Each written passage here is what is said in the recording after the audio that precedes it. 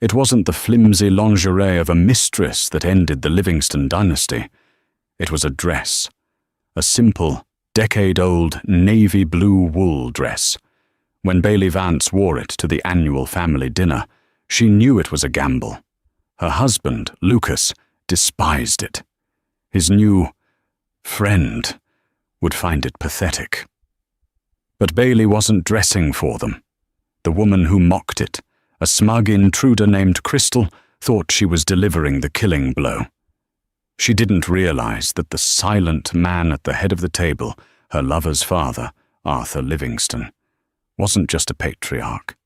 He was a judge, and the sentence he was about to deliver would silence the room and destroy everyone, except the woman in the moth-eaten dress. The dining room at the Livingston estate was a mausoleum of old money. Its walls were a deep burgundy, the color of dried blood, and the mahogany table, polished to a mirror shine, was long enough to host a state dinner. At one end, a massive unlit fireplace yawned, and above, the crystal chandelier, Bailey's personal enemy, cast a light that was brilliant but offered no warmth. It only exposed flaws. Bailey Vance, wife of Lucas Livingston, was currently inspecting those flaws. She ran a finger over a fork. Perfect. She adjusted a wine glass a millimeter to the left. Perfect. She was a curator in a museum no one visited, a museum of her own suffocating marriage. Tonight was the annual Livingston Foundation dinner. It wasn't a charity gala, despite the name. It was a mandatory family summons disguised as a formal meal. It was the night where the family patriarch, Arthur Livingston, reviewed his empire and, by extension, his family's performance. Bailey felt the familiar prickle of anxiety under her skin. Lucas had been different for 8 months.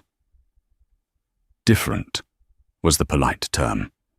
The clinical term was absent. He was a ghost in their 10,000-square-foot home, a man who smelled perpetually of a perfume that wasn't hers, a sharp, aggressive scent of gardenia and musk.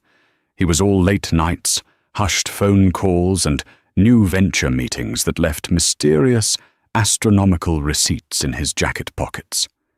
Bailey was not a fool. She was just tired.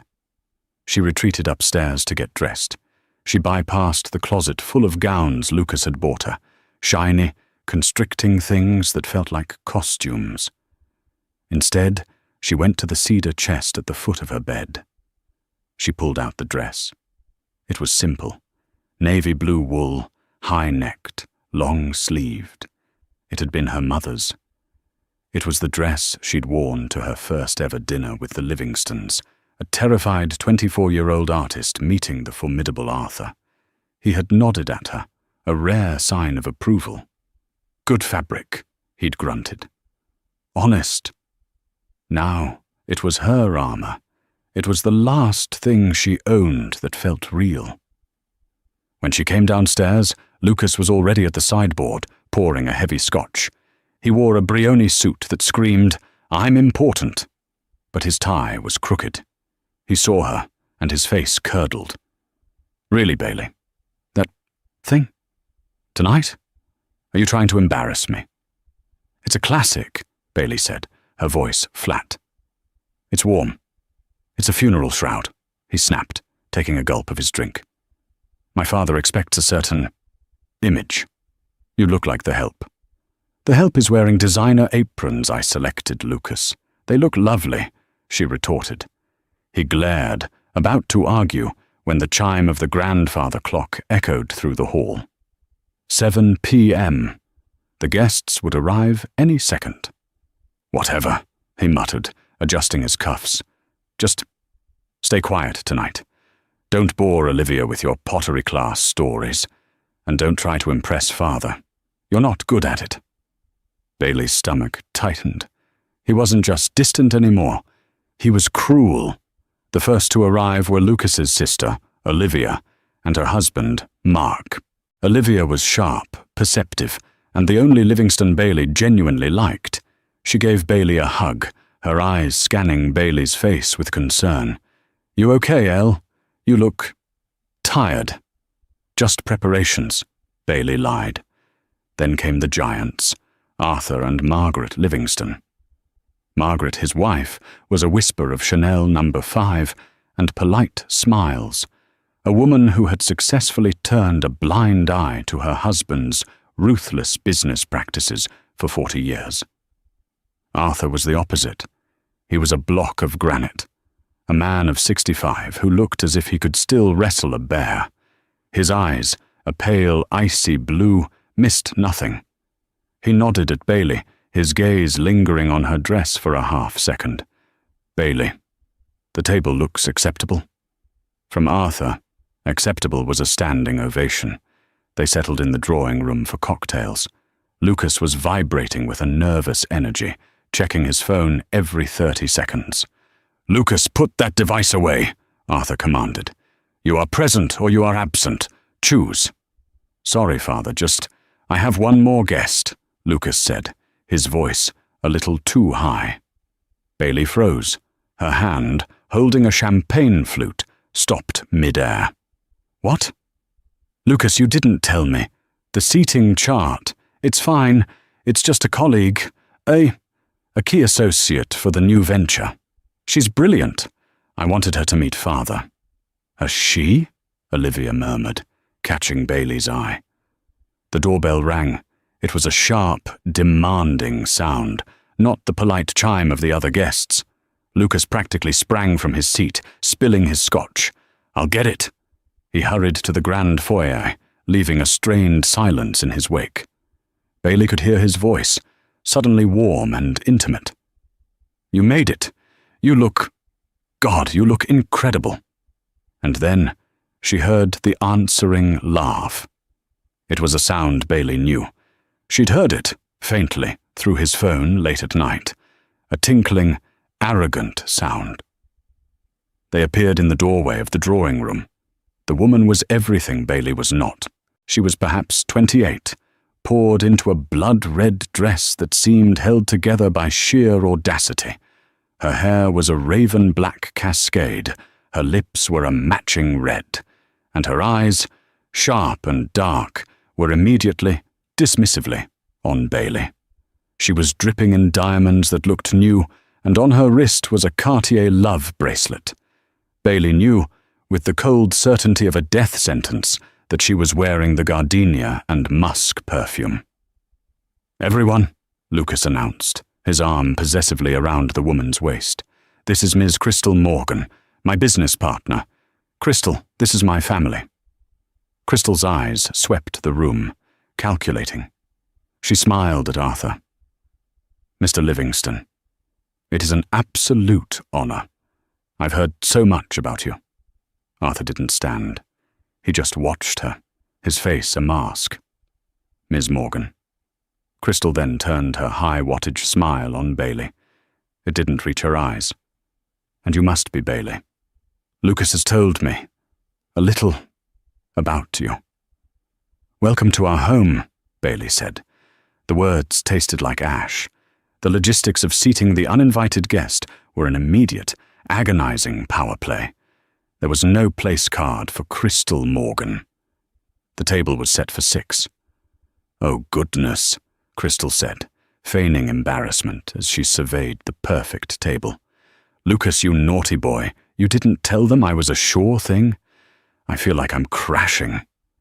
"Nonsense," Lucas said, beaming at her. He turned to Bailey, his smile vanishing. "Bailey, fix it. Get another chair." Bailey felt the heat rise in her face. He was ordering her, like the help he'd accused her of resembling. Before Bailey could move, Arthur spoke. "Don't be absurd." The room snapped to attention. "We will not have staff pulling up a folding chair," Arthur said, his voice like gravel. "Olivia, you and Mark, move down one. Ms. Morgan will sit between you and me." It was a masterful, terrible move. Crystal had clearly intended to sit next to Lucas, who was seated opposite his father. Now she was not only separated from her partner, but she was placed directly under the Patriarch's scrutinizing gaze. Lucas's face fell, but he didn't dare argue. Crystal, to her credit, recovered quickly. "Oh, how wonderful! I get to sit next to the man himself." The dinner began. The staff, trained by Bailey to military precision, served the first course, a lobster bisque. It was silent, save for the faint click of silver on porcelain. Crystal, however, was not built for silence. "This house is just divine," she gushed, speaking to Arthur but projecting for the whole table. "So much. History. Lucas tells me it's been in the family for generations. It must be so much work to maintain. All this old stuff." Margaret Livingston's painted-on smile twitched. "We find it comfortable, Miss Morgan." "Oh, absolutely." Crystal laughed, waving her fork. "I'm just a modern girl. I like things new, sleek. You know, out with the old, in with the new. That's my business motto." She winked at Lucas, who blushed like a schoolboy. Bailey felt a cold dread settle in her stomach. This wasn't a colleague. This was a declaration of war. Crystal wasn't just here to meet the family. She was here to replace her. Olivia leaned slightly toward Bailey, whispering under the cover of a sip of wine. "That woman is an infestation. Are you breathing?" Bailey just shook her head, focusing on her soup. Lucas, meanwhile, was playing the role of the devoted businessman. "Father, Crystal has been an absolute miracle for the new venture. We're projecting 40% growth in the first quarter." "She's a shark." "A shark," Arthur repeated, his tone unreadable. He looked at Crystal. "And what precisely is your field, Ms. Morgan? New ventures is a remarkably vague term." "Digital integration, branding, synergy," Crystal said, rattling off buzzwords. "We're streamlining the acquisitions pipeline for Livingston Holdings, taking legacy assets and making them, well, profitable." "I see," Arthur said. "You make old things profitable." "Exactly.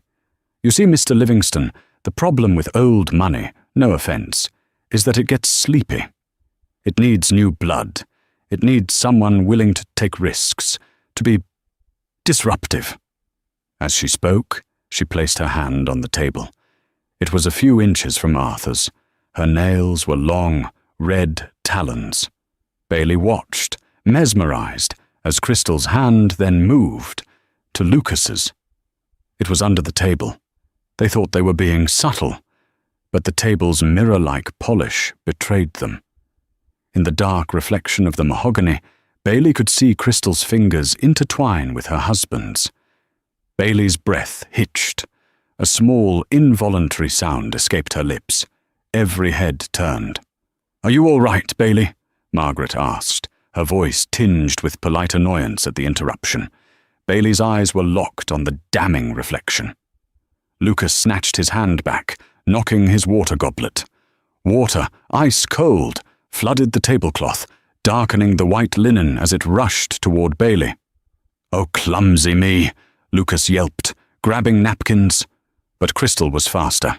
She grabbed her own linen napkin, and, instead of tending to the spill, she began dabbing at Bailey. "Oh, Bailey, darling, you look like you've seen a ghost," Crystal cooed, her voice dripping with fake concern. She wasn't helping. Her dabs were aggressive, almost like slaps. "So flustered. You must be exhausted from all this." Bailey recoiled, pushing Crystal's hand away. "I'm fine." "Are you sure?" Crystal said, leaning in. Her gardenia and musk scent was suffocating. "It's just, I get it. Hosting is so stressful, and you're trying so hard." She sat back, her eyes doing a slow, deliberate scan of Bailey, from her pulled-back hair down to her shoes. "I mean, goodness," Crystal said, her voice carrying across the now silent table. "That dress." Bailey froze. "Lucas, darling, you never told me Bailey was so frugal." Lucas, who was still mopping up water, mumbled, Crystal, don't. What? I think it's sweet, Crystal continued, her voice gaining strength. It's so quaint. Is that vintage, or is it just old? It looks a little, forgive me, moth-eaten around the edges. The room temperature dropped 20 degrees. Olivia's glass stopped halfway to her lips. Margaret's face went rigid. Bailey felt the blood drain from her face. The dress. Her mother's dress. My goodness! Crystal ploughed on, now sensing she had the floor. She looked at Lucas, pouting. Lucas, honey, you really must take her shopping. You can't have the lady of this magnificent house looking like a governess. A woman in your wife's position should be wearing, well, something from this decade. It just looks sad. Tears, hot and blinding, sprang to Bailey's eyes. She'd been called invisible. She'd been called boring. But sad? That, combined with the mockery of her last link to her mother, was a blade in the chest. She looked at her husband, pleading. Say something. Defend me. Tell this viper to be quiet. Lucas just stared at his wet plate. He gave a weak, terrified shrug. He said nothing. Bailey was completely, utterly alone. The chandelier's light felt like an interrogation lamp. I, Bailey stammered, pushing her chair back, intending to flee. Sit down, Bailey. The voice was not loud, but it cut through the humiliation like a diamond cutting glass. It was Arthur. Bailey froze, her hand on the arm of the chair. She looked at her father-in-law. Arthur Livingston had not moved. His hands were folded on the table. His bisque was untouched. He was not looking at Crystal. He was not looking at Bailey. He was staring, with an almost bored intensity, at his son. Lucas, Arthur said again, his voice terrifyingly calm. Lucas jumped, his head snapping up. Yes, father? Miss Morgan has a great many opinions, Arthur said, slowly articulating each word. Opinions on this house, opinions on this family's sleepy money, and opinions on my daughter-in-law's wardrobe. Crystal, sensing a shift, tried to backtrack. Oh, Arthur, I was just teasing. Girl talk. You know how it is. I do not, Arthur said, turning his icy gaze on her. I am not a girl, and you are not teasing. You are, Miss Morgan, in my home, at my table. And you are, by my estimation, an incredibly stupid woman. Crystal's jaw dropped. The smugness evaporated, replaced by a flush of angry disbelief. I beg your pardon. Pardon denied, Arthur said. You come in here, a guest invited by my son under false pretenses, for I assure you, colleague is not the word. And you proceed to insult my wife's home, my family's legacy, and the woman who has run this house with more grace than you could muster in 1,000 lifetimes. Now wait just a minute. Crystal stood up, her chair scraping loudly.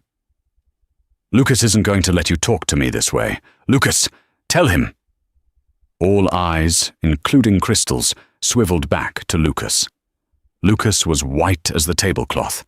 He looked from his furious, expectant mistress to his granite-faced father.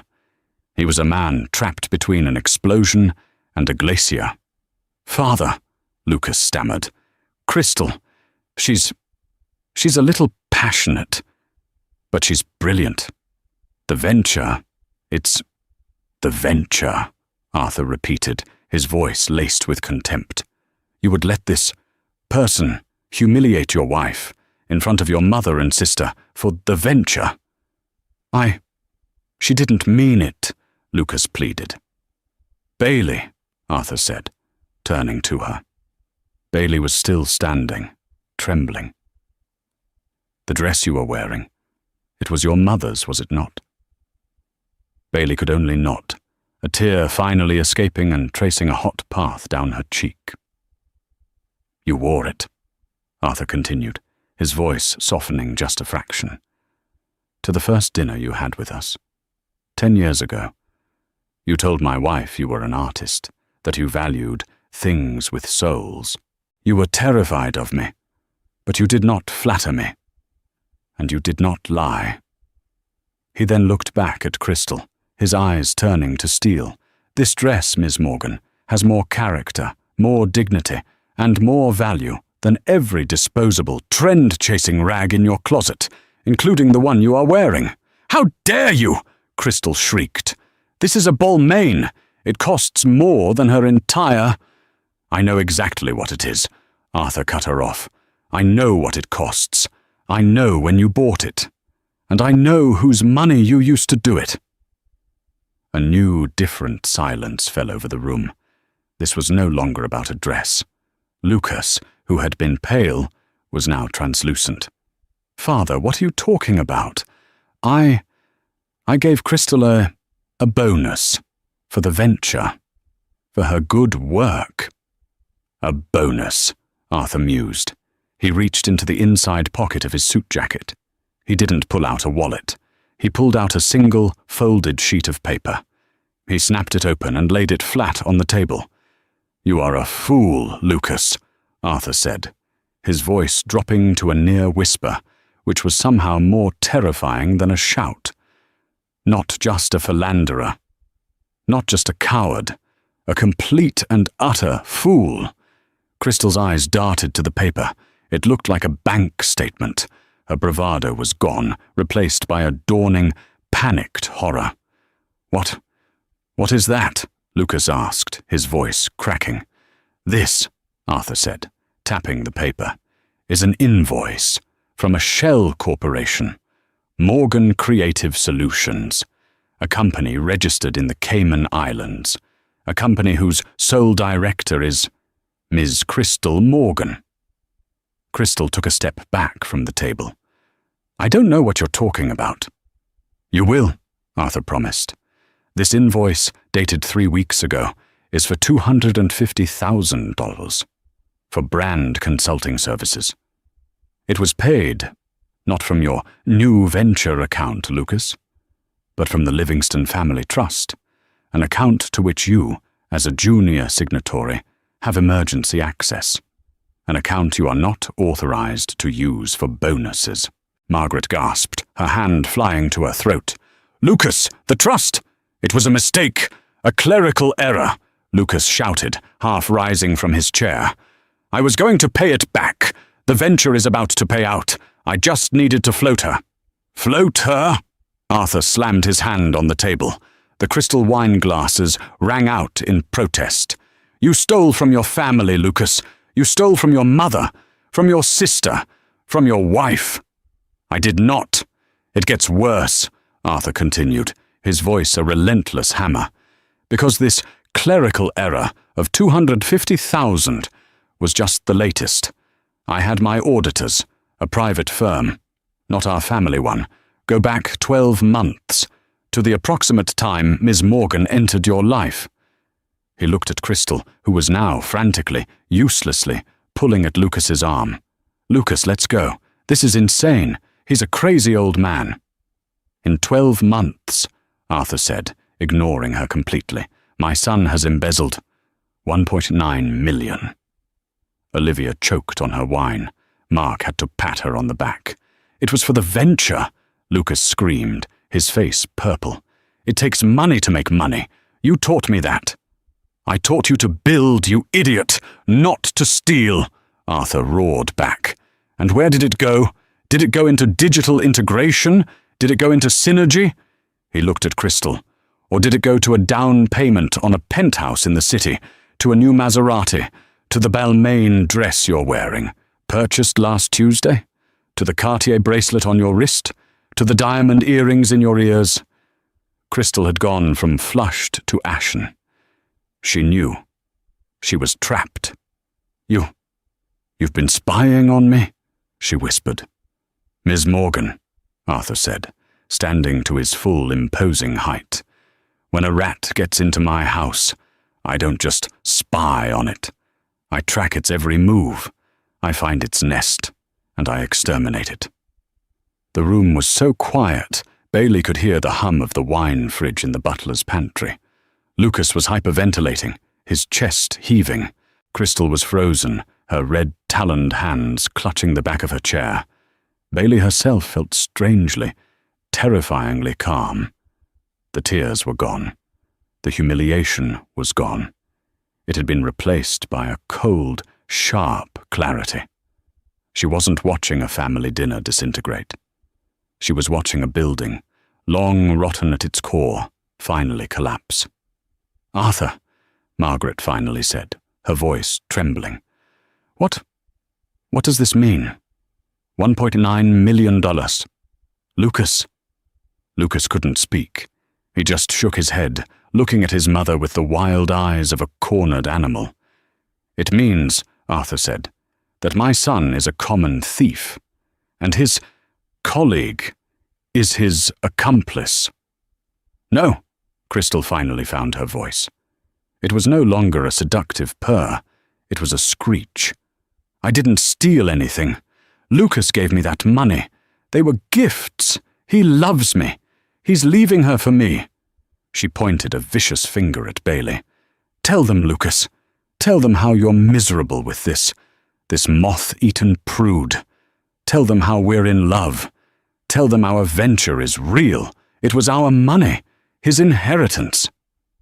It was the last, desperate gamble of a losing player. She was trying to change the crime from theft to a dispute over love. Lucas looked at Bailey. His eyes were not sorry. They were not guilty. They were full of hate. Hate that she was there. Hate that she was witnessing this. Hate that she, in her stupid, honest dress, was the anchor he was chained to. "It's true," Lucas whispered. Bailey's heart stopped.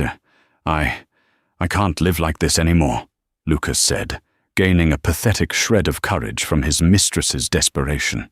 "Bailey and we're finished. We have been for years. Crystal, she understands me. She's my partner. The money was an investment in our future." "Your future?" Arthur repeated, his voice dangerously soft. "You think you have a future?" "Yes, you can't stop me," Lucas snarled, finally standing up to his father, but for the worst possible reason. "I'm taking my share of the trust and I'm leaving with Crystal. You can have your museum, and you can have her." He gestured at Bailey with a final, dismissive wave. Arthur Livingston watched his son's pathetic mutiny. He let the silence stretch, letting Lucas's defiant words hang in the air, unwanted. Then Arthur smiled. It was not a pleasant sight. It was the baring of teeth. "Your share?" Arthur said. "Lucas, you have been a junior partner at this firm for 10 years. You have sat on the board. Did you not read the trust charter? The one your great-grandfather wrote in 1953? "What about it?" Lucas snapped. "The morality clause," Arthur said simply.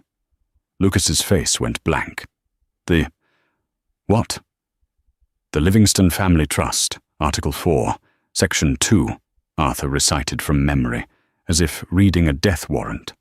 "Access to the principal is contingent upon the beneficiary remaining of sound moral character. This includes, but is not limited to, avoidance of public scandal, criminal conviction, and acts of profound personal disloyalty or dishonor that bring the family name into disrepute." That's archaic," Crystal scoffed. "That wouldn't hold up in court." "It has been challenged twice, in 1971 and 1994, Arthur replied, his voice booming. "It has been upheld by the state Supreme Court, twice, embezzling $1.9 million from the family itself, and bringing your paramour into the family home to publicly humiliate your wife. I believe a judge would find that profoundly dishonorable." Lucas collapsed back into his chair. He wasn't breathing. "You have no share, Lucas," Arthur said. "You have no future. You have no venture. As of this moment, you are suspended from the board. Your access to all company and family accounts is frozen. Your corporate cards are cancelled. The car you drove here will be retrieved by my driver tonight." "You can't," Lucas whispered, tears of pure terror now streaming down his face. You can't. I'm your son. I'm your only son." "No," Arthur said, the granite finally cracking to reveal something colder beneath. "You are a liability. I am a businessman. I am cutting my losses." He then turned, with a terrifying finality, to Crystal. "Ms. Morgan." Crystal, who had been watching Lucas's future evaporate, turned to him, her eyes wide with fear.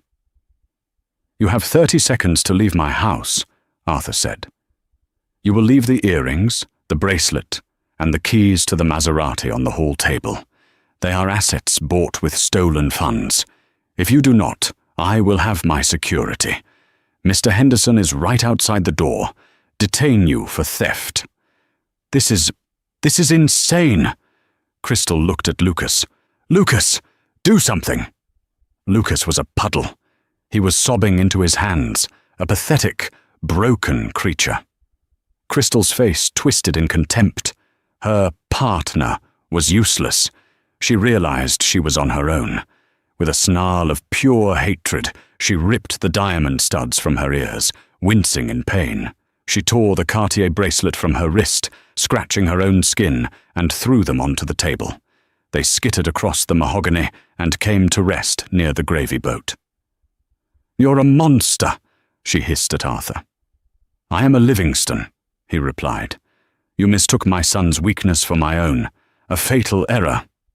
She glared at Bailey. "And you think you've won? You're still married to that," she spat, gesturing at the weeping Lucas. "You're stuck with him. Have fun with your moth-eaten life." She turned and stormed out of the dining room. A moment later, the front door slammed shut, rattling the crystal chandelier. The room was left with the sound of Lucas's weeping. Bailey looked at her husband. Crystal was right. She was still married to him. She was stuck. She felt a wave of nausea. After all this, after the fraud, the mistress, the humiliation, this was her prize. A broken, criminal husband. "Bailey." She looked at Arthur. His face was grim. "You are not stuck," he said, as if reading her mind. "Father, please," Lucas begged, crawling from his chair. He tried to grab his father's leg. "Please, don't do this. I'll go to rehab. I'll do anything. Bailey, tell him.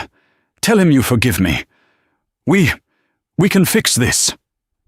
Bailey looked down at the man clutching at her feet, his tears staining the hem of her mother's dress. The dress he hated. The dress Crystal mocked. The dress that had, in its own way, started this avalanche. She felt nothing. No pity, no anger, just a vast, empty cold. She pulled her dress free from his grasp. "No, Lucas," she said, her voice clear and strong, cutting through his sobs. "We can't." She looked at Arthur. "What happens now?" "Now," Arthur said, gesturing to the chair Crystal had abandoned. "You sit, we finish our dinner, and we discuss the vacancy on the board." Lucas stared, his mouth agape. "What? What? Vacancy?" "Yours," Arthur said, as if stating the obvious. He sat back down. "Bailey, please, sit. The food is getting cold." Bailey, moving almost in a trance, returned to her seat. Olivia and Mark were watching the exchange as if it were a tennis match, their heads swiveling between Arthur, Lucas, and Bailey. Margaret had her eyes closed, as if a migraine was setting in. But she didn't leave. You're replacing me?" Lucas sputtered, climbing to his knees. "With her? She's an artist. She makes pots." Bailey flinched, but Arthur raised a hand. "Bailey has not made pots in 3 years, Lucas. You would know that if you ever spent 5 consecutive minutes at home." Arthur looked at Bailey, and for the first time there was a glimmer of— was it pride? "You've been wondering," Arthur said to his son, "how I found out about Miss Morgan's creative solutions and the transfers. You assumed I had you followed. I did. But they only confirmed the affair. They didn't find the money." "Then who?" Lucas whispered. "Bailey did," Arthur said simply. Lucas's head snapped toward his wife. You told him?" The betrayal in his voice was so profound, so misplaced, it was almost comical. Bailey shook her head. "No, not exactly. This was the part of the story no one knew. Not even Arthur. Not yet." Bailey began, finding her voice. It was rusty, but it was hers. "I started seeing the receipts, Lucas, 6 months ago. Clothes, hotels, a charge for CM designs on your personal Amex. I thought it was just the affair." She looked at her plate. "I was sad. But I was also angry. You told me we had to cut back on the foundation's donations. You said my pottery studio was an unjustifiable expense. Yet you were spending thousands on her. So I started looking," Bailey continued. The whole table was silent, listening. "You're careless, Lucas. You leave your laptop open. You use Livingston as your password for everything. I got into your personal accounts. Then I got into your venture accounts." "Bailey," Lucas breathed, horrified. "And what I found," she said, her voice hardening, "wasn't just an affair. It was this. The 1.9 million, it wasn't just bonuses. It was systematic. You were liquidating assets. You were moving money from the trust to the venture account, then from the venture to Crystal's shell company. You were covering your tracks, but you were sloppy. So you ran to my father," Lucas accused her. "No," Bailey said, looking at Arthur. "I didn't. I compiled it. I put all the bank statements, all the wire transfers, all the invoices into a single file. I was going to confront you, Lucas. I was going to use it as leverage. For a fair divorce." "Then why?" Lucas gestured wildly. "I didn't send it to him," Bailey said. "Not directly. 2 weeks ago, I created an anonymous email. I sent the entire file, with a simple note, 'You have a rat in your house,' to one person. The one person I knew was as meticulous as I was." She looked at her sister-in-law. "I sent it to Olivia." Olivia, who had been silent, gasped, her hand flying to her mouth. The concerned shareholder email? That was you," Bailey nodded. Olivia turned to her father. Father, I got it. I didn't know who it was from. It looked insane. But the data it was clean. I brought it to you. I thought it was a corporate rival." Arthur stared at Bailey. The pieces were clicking into place. He hadn't found the money. Bailey had. She had bypassed her weak husband, bypassed her intimidating father-in-law, and gone to the one person she trusted to be both rational and loyal. Olivia. Bailey had set the entire trap. Arthur let out a slow breath. He stared at his daughter-in-law, truly seeing her for the first time in a decade. He wasn't looking at an artist. He was looking at a forensic accountant. "You," Arthur said, "have been running the ledgers for this entire estate, haven't you? Unofficially. For years." It was true. Lucas was supposed to manage the household finances, but he was incompetent. Bailey had quietly taken over, balancing the books, managing the staff payroll, overseeing the investments for the properties. She'd learned. She'd gotten good. "You," Arthur said, a slow smile spreading across his face, "are the unseen auditor." He looked at his weeping son on the floor. "And you mocked her dress. You called her a potter. You, Lucas, are the dumbest man I have ever had the misfortune to know." "Bailey." "Why?" Lucas whimpered. "Why would you do this to me?" Bailey finally looked at him, the man she had once loved, the man who had promised to protect her, the man now snivelling on the floor. "You asked me why I wore this dress tonight," she said, her voice ice. "You called it a funeral shroud. You were right. It's the funeral. For this. For us. For the man I thought you were. You brought that woman into my home. You let her mock my mother. You humiliated me for the last time, Lucas." She stood up, straight and tall. Her mother's dress didn't feel moth-eaten. It felt like steel. "I am not replacing you on the board, Lucas. You were never really there. I'm just making it official." She looked at Arthur. "I will not sit on the board. Not as Bailey Livingston." Arthur raised an eyebrow. "I'll take the position," Bailey said, "on one condition. My divorce is handled by your legal team. My settlement is not tied to Lucas. It is a golden parachute, effective immediately, funded by the trust. And my title is Chief Financial Officer of the entire Livingston Holdings, because I'm the only one in this family, besides you, who actually knows where all the money is." Arthur Livingston stared at Bailey. The audacity of the demand was breathtaking. She wasn't asking, she was negotiating. She had all the leverage. She had just exposed the $1.9 million theft, saved the family from further embarrassment, and unmasked herself as the only competent financial mind in her generation of the family.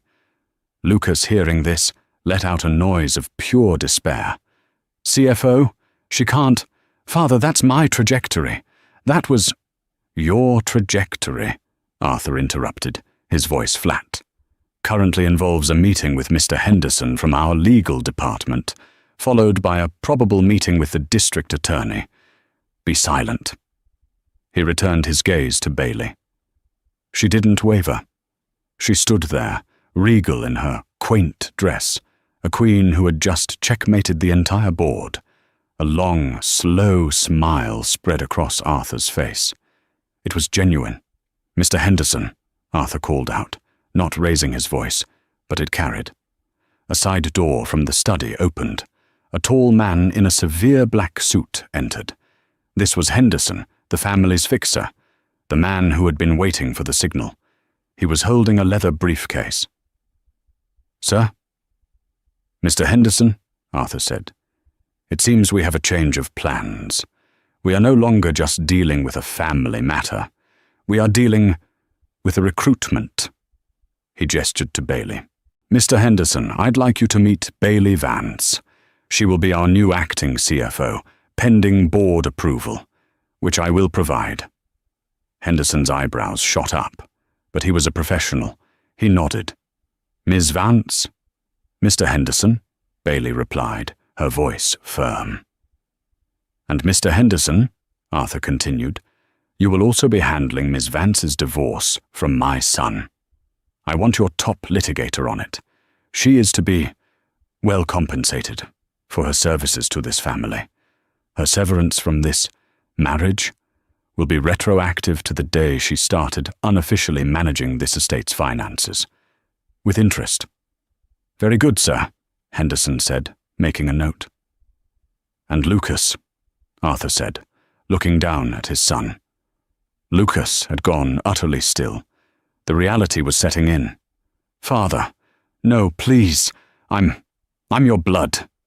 "You are," Arthur said, and for a moment, a flicker of genuine sadness crossed his face. "And that is why you will not go to jail." Lucas let out a sob of relief.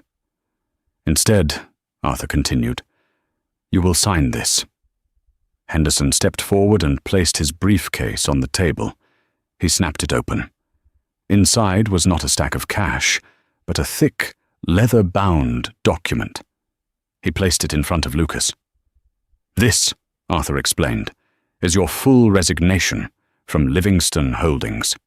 It is also a legal document that signs over your entire stake in the family trust present and future, to your sister, Olivia, and to your wife, Bailey, to be split evenly." "What?" Olivia yelped. I don't want—" "You will take it, Olivia," Arthur said, "because you are loyal, and because Bailey will be managing it, so it will actually grow for a change." This leaves me with nothing," Lucas shrieked. "You're disinheriting me." "I am," Arthur agreed. "In exchange for this signature, the family, and by family, I mean Ms. Vance, will not press criminal charges for the $1.9 million. We will absorb the loss. You will be given a one-time severance of $50,000. You will be flown to our condo in, let's say, Miami. It's suitably vulgar for your tastes. And you will never, ever use the Livingston name in a business context again. You will be, for all intents and purposes, a Mr. Smith." "A Mr. Smith," Lucas repeated, horrified. I can't." "You can," Arthur said, "or Mr. Henderson can call the police. The documentation Bailey prepared is quite thorough. I believe the term is open and shut. You have 1 minute to decide." Lucas looked at the document. He looked at his father's merciless face. He looked at his sister's shocked one. He looked at his mother, who was now weeping silently into a napkin. And finally, he looked at Bailey. She was not smiling. She was not vengeful.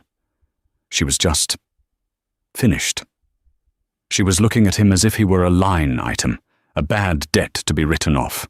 With a trembling hand, Lucas reached for the pen Henderson offered. He uncapped it. "I hate you," he whispered, the words directed at Bailey. "I hate you. You did this." "No, Lucas," Bailey said quietly, as he began to sign his life away. "You did. I just kept the receipts." He signed the last page. Henderson immediately gathered the documents, placed them in his briefcase, and snapped it shut. "Mr. Henderson," Arthur said, "please have my driver, Thomas, escort Lucas to a hotel for the night, and then retrieve the Maserati Miss Morgan abandoned downtown, and, Henderson, have the penthouse Crystal was renting completely cleared out by noon tomorrow. Send her belongings to a shelter." "Yes, sir." Henderson nodded at Lucas. "This way, sir." Lucas, a 40-year-old man who had just lost an empire, stood up. He was hollowed out. He didn't look at anyone. He just shuffled out of the room, following the lawyer, a ghost in a Brioni suit. The front door opened and then closed. He was gone. A heavy silence filled the room. Margaret was crying. Olivia was staring into her wine glass. Arthur Livingston sat down. He looked at the half-eaten bisque. He looked at the spilled water. He looked at the discarded diamonds. Then he looked at Bailey. "Well, Bailey," he said, picking up his napkin. "A bit of a disruptive dinner, but effective." He raised his wine glass to her. "Welcome to the company." The 6 months that followed were not a fairy tale. They were a brutal, corporate restructuring. The Livingston name, which had been stained by Lucas's and Crystal's recklessness, had to be scrubbed clean. Bailey Vance, she dropped Livingston the day the divorce was finalized, was not an artist. She was a surgeon. Working from the main office, not the estate, she dove into the legacy assets Crystal had been streamlining. She found that Crystal and Lucas's venture was a house of cards. They had been using the trust money to acquire near-bankrupt tech startups, promising them a Livingston partnership, and then using their inflated stock values to secure loans, which they then funneled to Crystal's offshore account. It wasn't just theft, it was a complex, multi-layered fraud scheme. Bailey, with Arthur's blessing and Henderson's legal team, spent weeks unwinding it. She saved 2 of the startups, cut 3 loose, and managed to reclaim, through aggressive litigation against Crystal, nearly $1.1 million of the stolen funds. Crystal Morgan, it turned out, was not as smart as she thought. She had kept meticulous records, believing they were her insurance against Lucas. Instead, they became her conviction. Faced with a RICO lawsuit, she settled, returning everything, and vanished into obscurity, her reputation in the financial world permanently destroyed. Lucas as Mr. Smith lasted 2 months in Miami before he burned through his $50,000. Arthur received a single, desperate, collect call, which he did not accept. The last anyone heard, Lucas was working on a charter boat in the Keys, a shadow of the man he'd pretended to be. And Bailey?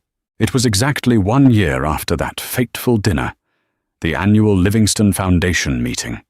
The dining room at the estate was set again, the chandelier polished and bright, but the room was different. The heavy, blood-red drapes were gone, replaced with a light, airy cream. The table was still long, but the chairs were more comfortable. Margaret and Olivia were there, chatting happily. Mark was discussing a new project with Arthur. Bailey arrived last. She wasn't wearing a power suit, and she wasn't wearing her mother's dress. She wore an elegant, modern, navy blue silk dress. It was hers. She was radiant. She took a seat, not next to Arthur, but at the opposite end of the table, the seat that had, for 40 years, been reserved for the heir. Arthur Livingston raised his glass. "A toast," he said, his voice ringing with genuine warmth, "to the past year. A difficult one, but a profitable one. Our holdings are up 22%. Our name is stable, and our future is secure." He smiled at Bailey, "to our new CFO, to the true head of this table, Bailey." "To Bailey," Olivia and Margaret echoed, their smiles wide and real. Bailey raised her glass. The light from the chandelier, once so cold and exposing, now seemed to sparkle. It wasn't catching her flaws, it was illuminating her strength. She had taken the moth-eaten life Crystal had mocked and rewoven it into an empire. She wasn't just a survivor. She was the architect. It was one thing to win a war. It was another thing entirely to govern the peace. Bailey Vance learned this in the 18 months that followed her installation as CFO. The victory at the dinner table had been sharp and final, a surgical removal of a tumor. But the body, Livingston Holdings, was still weak, and the scent of blood lingered in the water. That scent had attracted a new shark. Kensington Global, a ruthless competitor run by a man named Julian Thorne, had been circling for months. Thorne saw the Livingston scandal not as a resolved issue, but as a crack in the foundation. He saw a legacy company, once run by a fool, Lucas, now run by a family patriarch, Arthur, and an untested potter, Bailey. He decided to strike.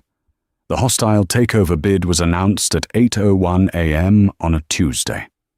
By 9:00 a.m., the emergency board was convened in the main conference room, a sterile glass box on the 40th floor that Bailey had redesigned. Bailey, in a charcoal grey suit, stood at the head of the long glass table. Arthur was at her right, his face a mask of stone. Olivia and Mark were present, and, in a new and uncomfortable development, Margaret Livingston sat directly opposite Bailey. Since Lucas's exile, Margaret had changed. Her polite, Chanel-scented whisper had been replaced by a quiet, steely vigilance. She had taken Lucas's vacant seat on the board, claiming she would protect the family legacy that my son so carelessly discarded. In truth, she was there to watch Bailey. She was a ghost at the feast, a constant, silent reminder of what Bailey had cost the family. "Kensington's bid is 30% over market value," Bailey began, her voice crisp and steady, clicking through a presentation. "It's an aggressive all-cash offer. They are leveraging the press from 2 years ago." Their narrative is that our leadership is in flux, and that our $1.9 million loss was the tip of the iceberg. They are painting me as a palace coup, not a recovery. So we fight, Olivia said immediately. We issue a statement. We tell them to go to hell. They've already factored that in, Bailey said. A simple no makes us look weak, like we're just clinging to the past. They'll just raise their offer, and our shareholders will get nervous. Julian Thorne doesn't lose. He's a bully, and you cannot just say no to a bully. You have to punch him in the mouth. She clicked to the final slide. It was a picture of a much smaller, sleeker company logo. Aperture Labs. This, Bailey said, is our punch. Aperture Labs is a small-cap AI logistics firm. They are, frankly, brilliant, and they are on the verge of a massive government contract. Kensington also wants them.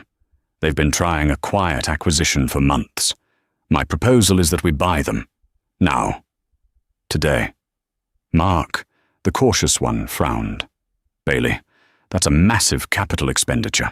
We'd have to leverage, well, almost everything, to make a bid that fast. It's a huge gamble. It's a shark repellent, Bailey countered. We acquire Aperture, and two things happen. One, we instantly integrate their tech, making our legacy assets suddenly cutting edge. Two, we take on a significant strategic debt. We become too big, too complex, and too expensive for Kensington to swallow. The takeover bid dies. Arthur, who had been listening intently, nodded. A slow smile formed. You're not just building a wall, Bailey. You're poaching his next meal. It's aggressive. I like it. I do not. The voice was quiet, but it cut through the room. Margaret Livingston placed her manicured hands flat on the glass table. I do not like it at all, Margaret repeated, her eyes locked on Bailey. It's reckless, it's flashy, it's desperate. It's strategic, Margaret, Bailey said, trying to keep her tone even. Is it? Margaret's voice was laden with 2 years of ice. Or is it just the kind of overconfident, high-risk gamble that someone else used to make? The air was sucked from the room. She had done it. She had finally said his name. You are comparing this, Bailey said, her voice dangerously low. To Lucas. Am I? Margaret said, standing up. The polite mask was gone. In its place was the raw, grieving face of a mother. My son. My foolish, weak, terrible son. He also loved flashy ventures. He also loved aggressive moves. He also loved spending money we didn't have to look powerful. Margaret, that is not what this is, Arthur interjected, his voice a low warning. Isn't it, Arthur? Margaret snapped, turning on her husband. You sat there and let this outsider systematically dismantle our family. You let her push your own son out into the cold. She exposed a thief, Margaret, Arthur roared. She created a vacancy, Margaret shot back. She saw her opening and she took it. She didn't just save the company, Bailey. You took it. You took my son's home. You took his name. You took his birthright. And now you stand there, in his place, telling us to gamble what's left on Aperture. She looked at Bailey, her eyes filled with a pain so deep it was bottomless. You are just like him, only smarter, colder. You are just as ruthless, just as hungry. And I will not stand by and watch another venture burn this family to the ground. The accusation hung in the air, toxic and suffocating. Bailey was a usurper, a colder, more competent version of the man she had replaced. Bailey looked at Margaret. She didn't look at Arthur for help. She didn't look at Olivia for support. She just stood at the head of the table, absorbing the hatred. When she spoke, her voice was not angry. It was exhausted, and it was final. You are right about one thing, Margaret, Bailey said quietly. I am hungry, I am ruthless, and I am cold. I am everything this company needed when your son was setting it on fire to warm his mistress. She stepped away from the screen and walked until she was standing directly in front of Margaret. Lucas was a gambler. A gambler, by definition, has no plan. He just throws the dice and prays. I have not prayed in 2 years. I have planned. She slapped a second 500-page document onto the table. This is my due diligence on Aperture. This is their balance sheet. These are the projections. This isn't a flashy venture. It's the future. Your son, my ex-husband, stole $1.9 million to buy diamond earrings and a life he didn't earn. I am leveraging our assets to acquire a firm that will increase our value by 40% in 3 years, while simultaneously protecting us from the wolf at the door. She leaned in, her voice dropping to a whisper. You have every right to mourn your son. You are his mother. But I am the CFO, and I will not let your grief, your willful blindness, be the thing that finally does what Lucas and Crystal couldn't. She straightened up. I am not him. He took. I build. And I am building our defense. Now. Today. She looked at Arthur. I'm calling the vote. Margaret was pale, trembling, but she held Bailey's gaze. The hatred was still there, but it was now laced with a new, terrifying respect. Arthur looked at his wife. Margaret. Margaret stared at Bailey for a long, 10-second silence. Finally, she gave a single sharp nod. Vote. All in favor of the Aperture acquisition, Arthur said. 4 hands went up. Arthur's, Olivia's, Mark's, and Bailey's. Margaret sat still. Then, slowly, as if it weighed 1,000 pounds, her hand rose too. The motion passes, Bailey said, her voice devoid of triumph. She had won. Again. But as she watched Margaret deflate, she realized the truth. The battle against Lucas had been easy. He was a fool. The battle against Margaret. That was a war she would have to win every single day for the rest of her life. The crown was hers, but it was, and always would be, unbearably heavy.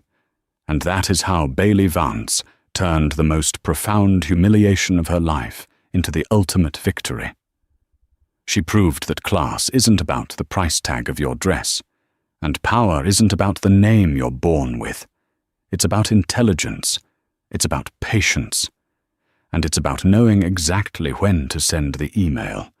The Livingston Empire was never meant for Lucas. It was just waiting for a real boss. What do you think of Arthur's brutal decision? Was it perfect justice, or was he too cold, even to his own son? And what about Bailey's masterful play? Let us know your thoughts in the comments below. If you loved this story of karma and consequences, please show your support by hitting that like button, sharing this video with a friend who needs to see justice served, and most importantly, click subscribe and ring that bell.